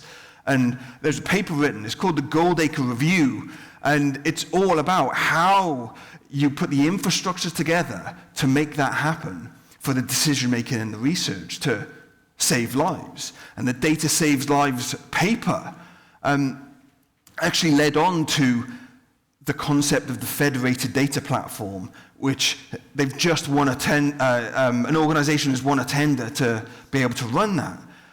But then let's go back to that concept of you don't know where your data is or who looks after it, who has access to it, and there's all these problems with data. Of course there is. And your NHS data. How's that curated? How's it managed? Where is it? But wouldn't you like somebody to use it for public good, to save other people's lives? And so the federated data platform is designed to do that, but with privacy-enhancing technologies. So what are these pets? These wonderful bits of technology that actually have been around for a while. And it's really interesting working in kind of the legal and governance space, because legal and governance think that the technology doesn't exist. The technologists think the legislation won't allow you to share data. So I proved it did. I used data from here in children's social care research and managed to put it here in the Office for National Statistics for what is known as secondary use of that data. Be upfront. How are you going to use your data? Tell your data subjects. Do you know where it is? It's boring, but it's important. It's the privacy notice on every website, or when you're putting your data into a web form. Click, have a look. What are they doing? Now, don't get me wrong. I also think the whole data protection space needs growing up. And, it sort of falls into that kind of really wonderful cocktail conversation when you go, I'm a GDPR expert. Wonderful. It's like being a tax expert. That fills me with dread as well. But then you go, okay, what are these things? You've got differential privacy, for example. What if you can kind of preserve the privacy of someone's data by going, we're going to give you a little bit of information about it here, a little bit of information about it here, because we don't want you to work out who that person is, but we're going to give you enough that's usable for you, and so you can't reverse engineer it. It's called Epsilon, and it risk scores whether or not you can reverse engineer the amount of data you have. And if you have too much data about a person, then you're not allowed to have more data about it because they think the score is too high. Synthetic data. Let's create a new data set that is as rich in importance as the original one, and then use it for research purposes so you don't know whose data that is. Now, that's also got problems. Like, wait a minute, that's just a replica of the same. Surely you can reverse engineer it. Yeah, sometimes you can, sometimes you can't. And there's a new concept that's popped out of this from the Information Commissioner's Office, which is functional anonymization.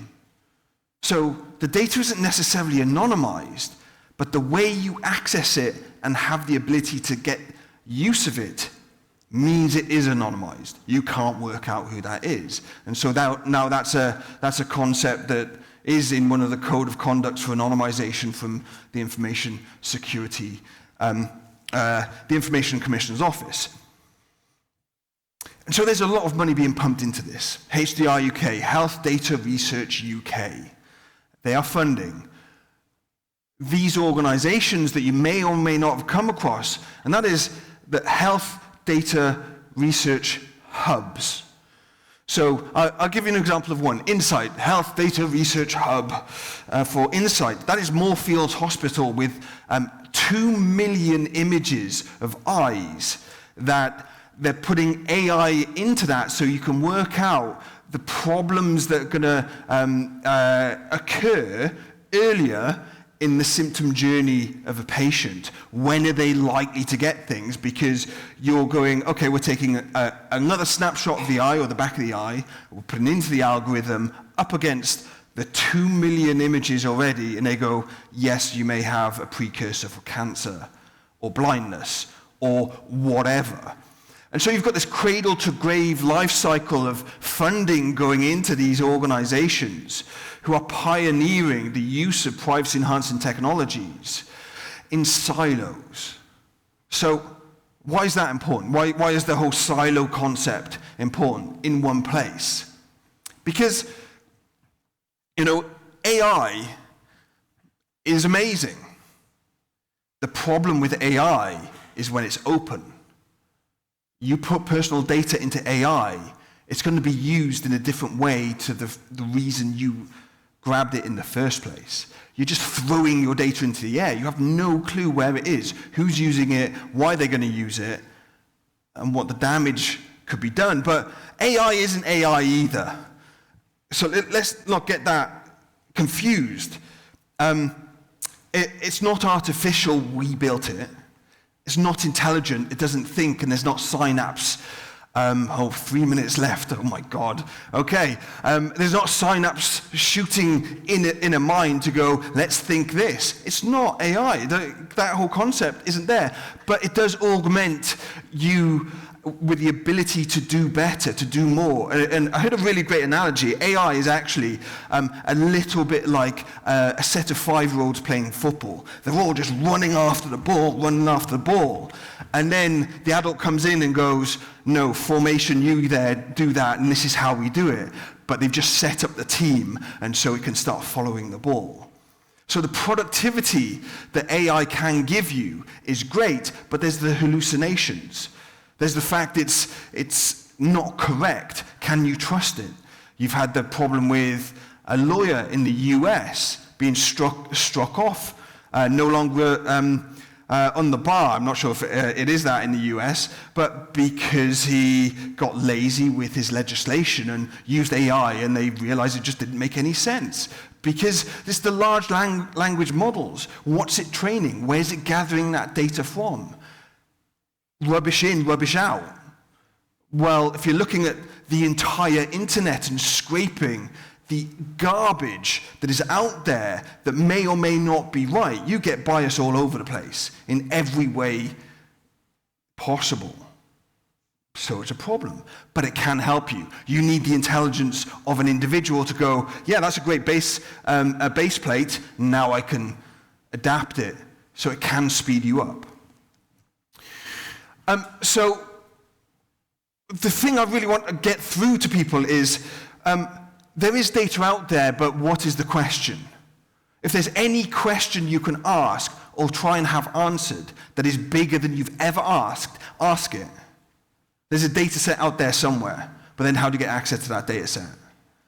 And what I've ended up realizing through my own research and reading is we've glass ceilinged our own questions. We think we can't ask them. How to solve climate change? But then you've also got the ethics of AI and go, I know, let's clear up our oceans and set a robot clearing up the oceans. But we haven't thought about the ethics of that, because the robot goes, yeah, I can do that, no problem, but it whips out all the oxygen from the atmosphere. Oops. So what's the oversight? What's the governance? We need AI Acts. We need the GDPR. We need the Data Protection Act of 2018. We need the new Digital Information and Smart Data Bill. They're going to be coming in. And we need to have this curation of data. The quality of that data is really important. And how it's managed. So what does this really need to be? It needs to be not open, it needs to be siloed, it needs to be this data here that is protected and secure, this data here protected and secure. A trusted data intermediary here going, let's bring this together in a privacy-preserved way using the new technologies to ask the questions that we want to ask and get the answers. And then use other technologies to go, well, you can just fake that. Well, don't fake it. Why not stick your metadata on a blockchain so it's immutable, you can't change it, and so all you have is truth from then on, truth. But you've got to think about the security. Quantum computing is coming, whatever that means. Not really proven. Some projects stopped. In fact, I was at an event yesterday, a CISO event, and digital.ai had done some research, and they said 30% of all generative AI projects will be discontinued at the end of 2025, at the end of the proof of concept stage. 30%. We ain't there, people. We're not there. There's a lot of work to do, but that means that there's a lot of scope. There's lots of questions to ask. Can you do it? But don't just throw it up there. Don't throw the data away, and it's got to be secure. So this is what's next, really. Kind of federated individual security. Where's your data? Can I get access to it? And is it secure for myself? Can I protect myself? And it's going to come down to wallets. Digital identity wallets to identify you for passports. Yeah, we do it for credit cards already. But what about every bit of information? And then a feed that says to you, would you like to have your data used for this bit of research? And you go, that might save someone's life. Why not? Because at the moment you absolutely do not know. You do not know what the government uses your data for and why, and you don't know what corporates use your data for and why. And I'm the DPO guy. I know. And then I've seen the inside of this stuff. I've been doing this for almost a decade. But that's where it's going. That's how we're going to be, these individuals with all of our data in one place that we can control, but we are gazillion years away from it. Maybe not that long. So, it's the public side, public sector and private sector. We need to be aware of what's going on with our data, and the legislation is hoping to catch up. There's me lurking at the back with the with the Information Commissioner Officer himself, Jonathan Edwards. Technology for sharing is available, although would also need significant investment, and they are working towards this. The new bill will hopefully do that. So I want to leave you with a concept which was actually really important to me, and this is taken from the Data Governance Act in the EU, and this is the definition of data altruism. Data that is made available without reward for purely non-commercial usage that benefits communities or society at large. It's possible. And the world can change, and the world will change, and it needs to change. But we are at the beginning of that holy grail search in the medieval ages right now. We think we're there. We ain't. Thank you very much.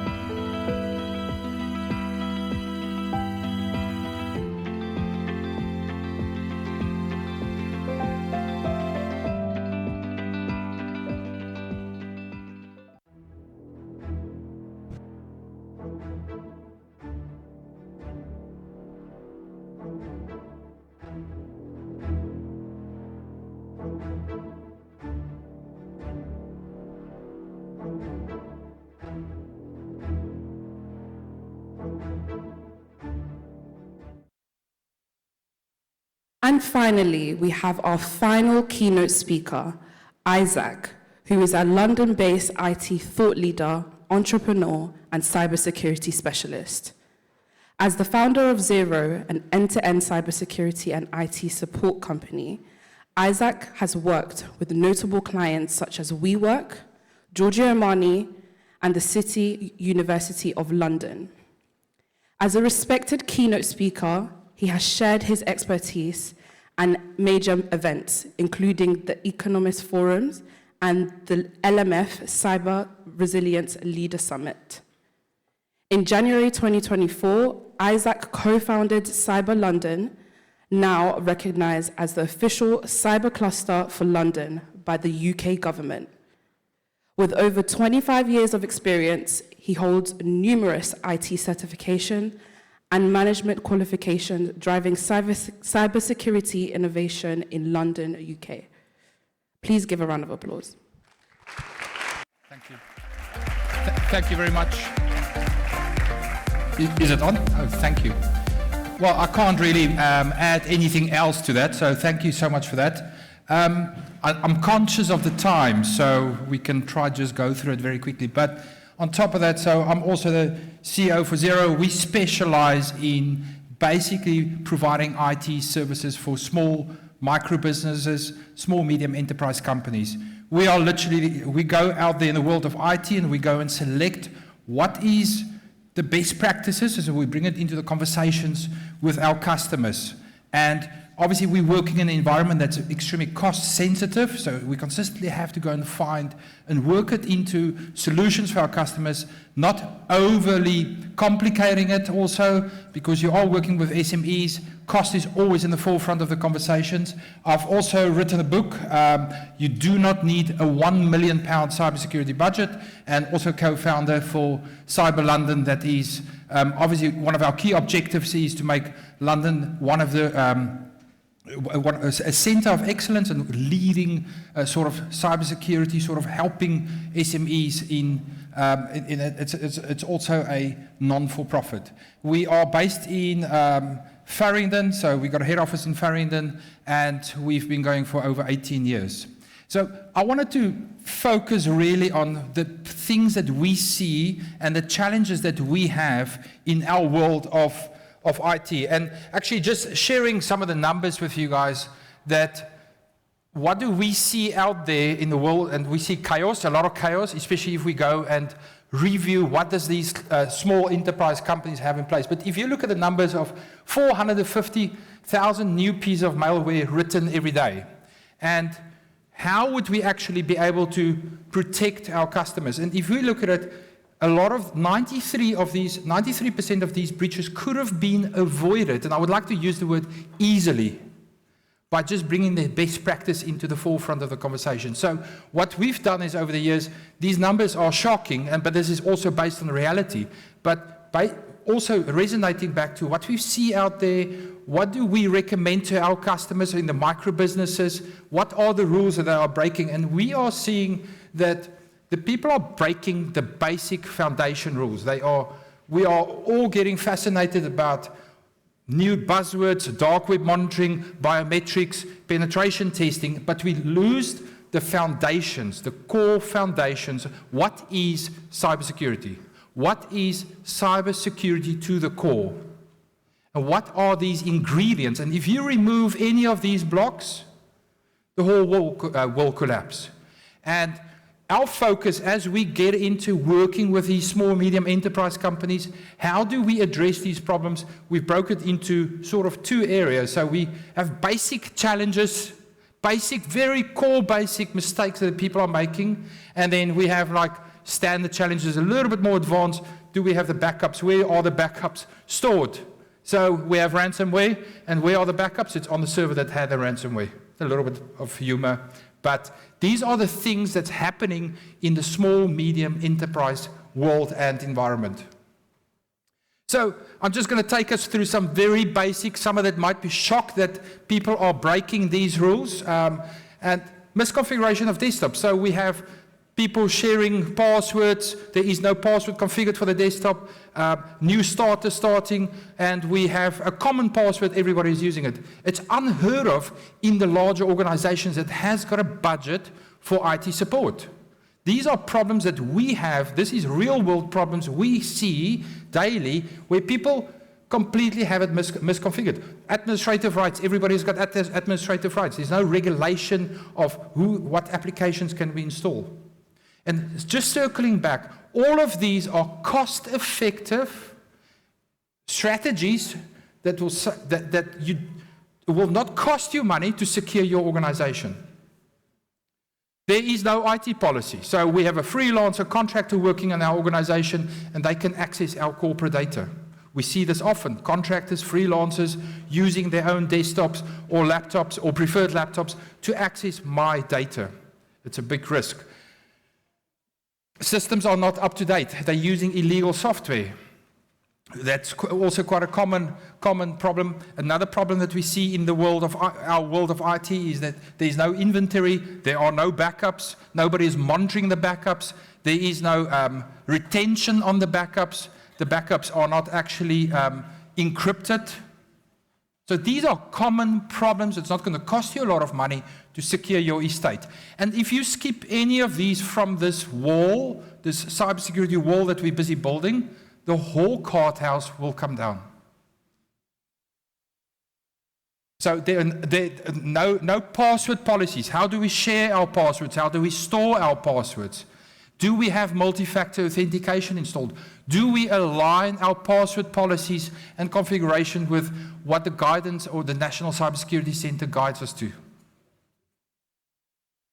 Assumptions around the cloud. A lot of us believe that as soon as we're in the cloud, everything is backed up, everything is secure. If you set up a virtual server on Amazon, you still need to install, you still need to do your security updates, you still need to install antivirus, you still need to do backups. So there's a lot of assumptions about the cloud, and we see a lot of people moving to the cloud. Firewall antivirus is no longer enough. You have to look at other things also. Dedicated ransomware protection. We've over the years, with the experience we picked up, built a minimum security framework for our customers, and we provide unlimited support to our customers, basically just saying, look, I give you unlimited support, but I need you to be compliant. If not, we are happy to walk away and say, we can't help you on this unlimited support, or if we'd like to say unlimited insurance. So those are just very common, basic problems that we see. Now we are just looking at a little bit more mature type of issues that we see often is that the network is not default username password, the network is not actually managed, there's nothing actually being monitored on the network, assets is not compliant, it's outdated, reach end of life, where it's not supported by the vendors any longer. We have no mobile device management. We also don't have any email security. Where we're sitting today with over 50% of all hacks is via email, coming in via email, and people don't configure their emails correctly for small, medium enterprise companies. So this is obviously a journey we take our customers through. There is no email or data retention. What does it actually mean? A lot of people don't really understand what does it mean. If I delete the file today, and you ask me in 6 weeks, can I go back? Is there any retention of my data or my emails? A lot of people assume we are on the cloud, so it's already in place. It's not always the case. Again, these are a lot of tools that you can simply go and check. You're already probably paying for some of these services, making sure that they are in place. People, again, how do we store the passwords? How do we share the passwords? And again, there is limited or no tools being used for when it comes to security monitoring. Working with any type of supplier. What type of security does my supplier have in place? Do they apply any of these best practices that we refer to now? No due diligence on supply. Your whole network will be as weak as the supplier that you are using. And then dark web monitoring, security awareness training. I'm a great believer in it's good to actually have security awareness training, make people aware, but let's not over-focus on awareness training if we missed any of these blocks. Let's look at that later. It's almost like taking a car, giving you a car, put you on an advanced driving course, but the car doesn't have an MOT. What is the future challenges that we obviously see? It's touching on a lot of subjects that we referred to earlier. There's like IoT, all these smart devices that's carrying a lot of our healthcare information. We're making part of our daily lives. One of the big challenges that we have in smart devices, IoT, is the fact that it can't deal with security. The CPU by design is cost effective and it can't actually deal with any security requests. It's easy to hack. This is a big problem that we are facing, especially from a data protection side, that it's easy to break the actual device, and we are becoming more and more reliant on IoT or smart devices. AI is a problem from our point of view. You can actually go and do a DIY hacking system very easily. It's not too difficult to actually go buy it off the shelf, and you can become a DIY hacker. And this is a career. People are waking up in the morning with the intent to hack and make money. This is a career decision. There's actually a town in Europe called Hackerville, where people would literally study or go buy these tools to become hackers, and it becomes easier and becomes more lucrative. One of the other things that we obviously see is the opening of the cloud. More and more applications are moving to the cloud, and the experience, a lot of times, the experience people have setting up these cloud systems, multiple locations, the right backup, the right infrastructure, there's a big risk in it, and there's again the assumption that the supplier that you are using the right tools. Lack of awareness, one of the problems in our world where we're working with micro businesses and SMEs, are the business owners often have the attitude, it will not happen to us. And the news is normally just covering large cases like TFL that happened yesterday, and there's not really a strong awareness or focus or attention brought over with the fact that there was small, medium enterprise companies are being affected. And there is an attitude of, it will not happen to us. One of the challenges that we have and that we brought in as a company, and we've learned over the 18 years of running the company, is building this minimum security framework, providing unlimited support, but there are no clear standards. Anybody can enter our market and look after your IT, but there are no clear frameworks that need to be followed. So that's one of the challenges that we have in the future. Thank you very much.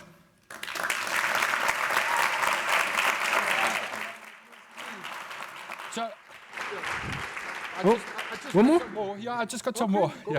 Yeah.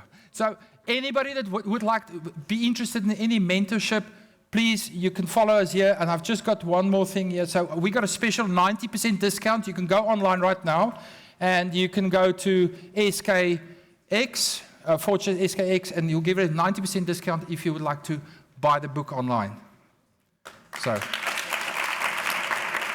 and then I do have 2 copies of the book I would like to give to anybody that's studying cybersecurity this year.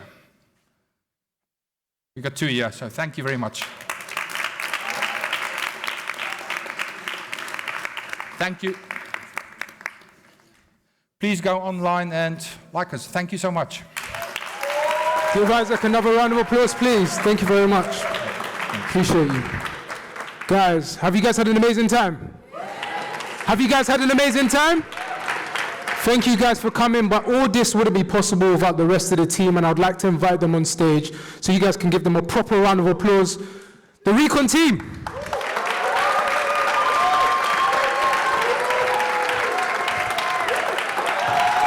Woo!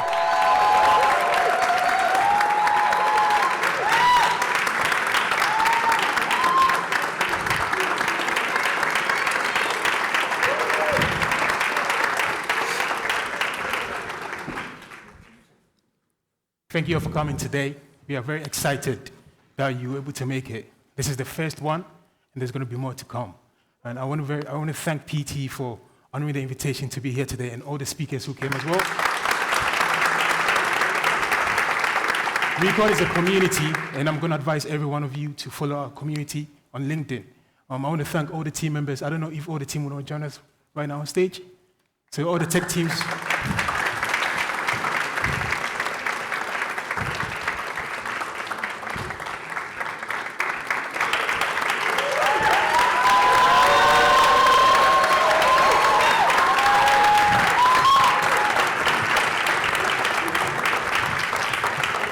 We want to say a special thank you to Waitrose for sponsoring this event.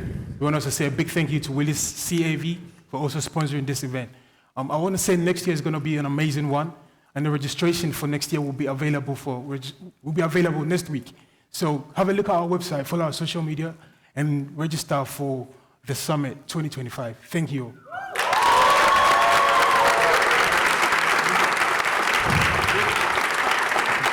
All right, so after this, as we've said, the key word today is networking. So that's what we're going to be going to start after this. So I want to thank you guys again, the R3CON team. Before we go, there's one thing we've not done, which is really terrible. We want to say a big thank you to Samsung for giving us their location for this event. We want to say a big thank you to the staff members over there. They've really been amazing today. I want to thank Rob. I want to thank Anna as well. I want to thank Dana as well. I want to thank Harriet. I want to thank Jeffrey for making this event very successful. See you all in 2025. Thank you.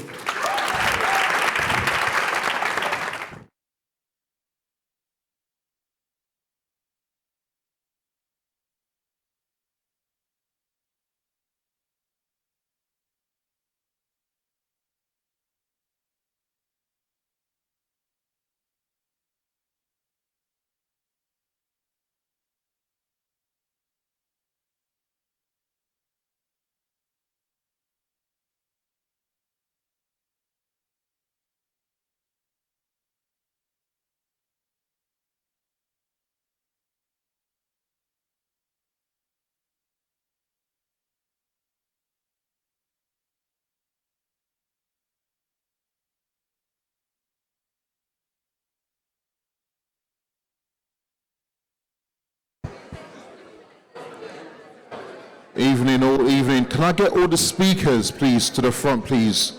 All the guest speakers and panelists to the front, please. And R3CON Tech team, please. All the guest speakers, panelists as well to the front, please. Thank you, please. Can I also get the media team as well to help us? The guys taking pictures, please. Thank you, R3CON team. Can I get the R3CON team? So that's Coladay, Joseph, Quabanar. Can someone assist me get all the speakers as well, please? Thank you.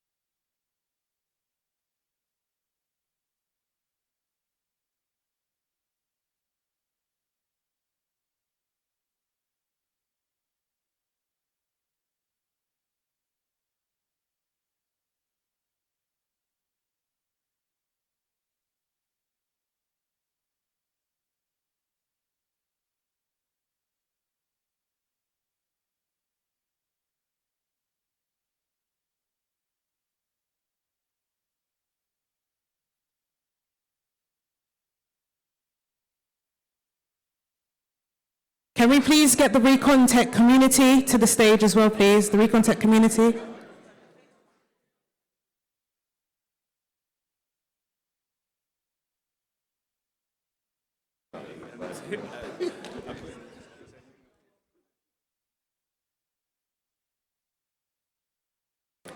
Thank you, speakers. Can we please get the R3CON Tech community? Thank you, speakers.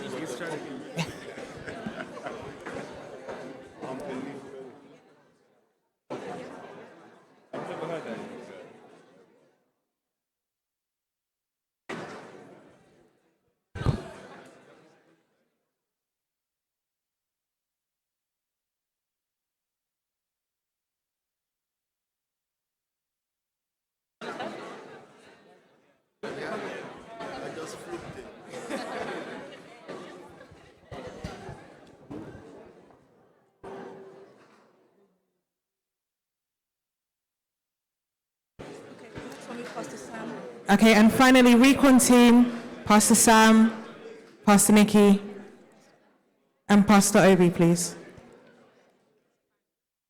One more, please, PT. Tech community off stage, please. R3CON team, Pastor Sam, Pastor Obi, and Pastor Nikki.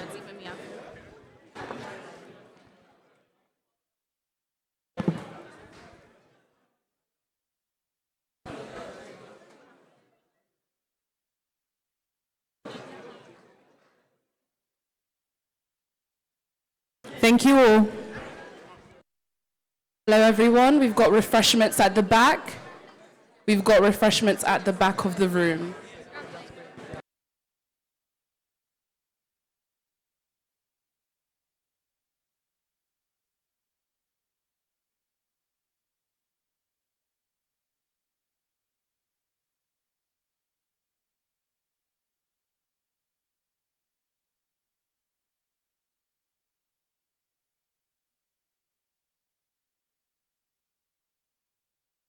Can we please have Pastor Daniel Hidua to the stage, please? Pastor Daniel Hidua, quickly to the stage, please. Thank you. And can we also get Pastor Genevieve to the stage, please?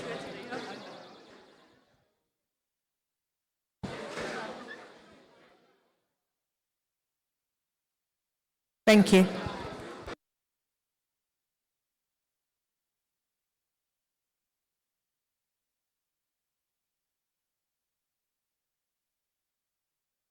Thank you all.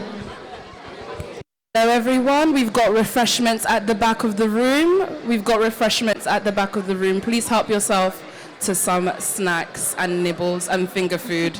Help yourself to some snacks, some finger food at the back, please.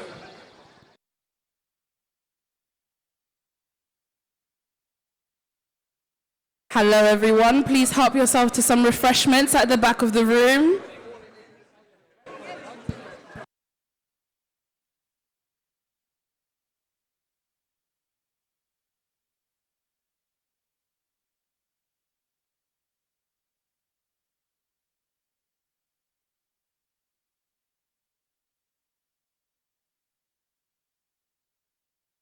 Hello, everyone. Please help yourself to some refreshments at the back of the room.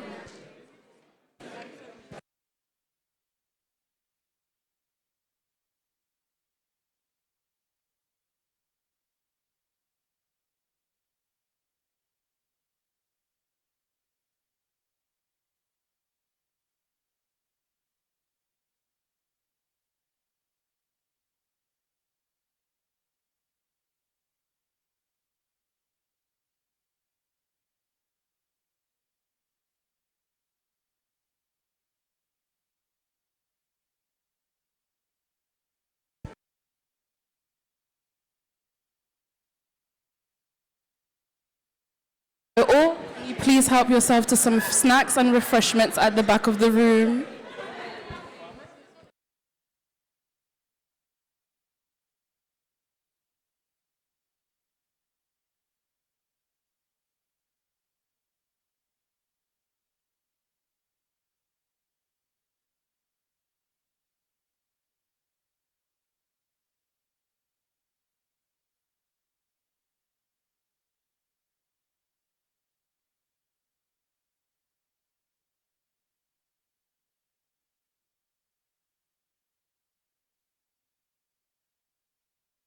Hello, everyone. If you haven't gotten a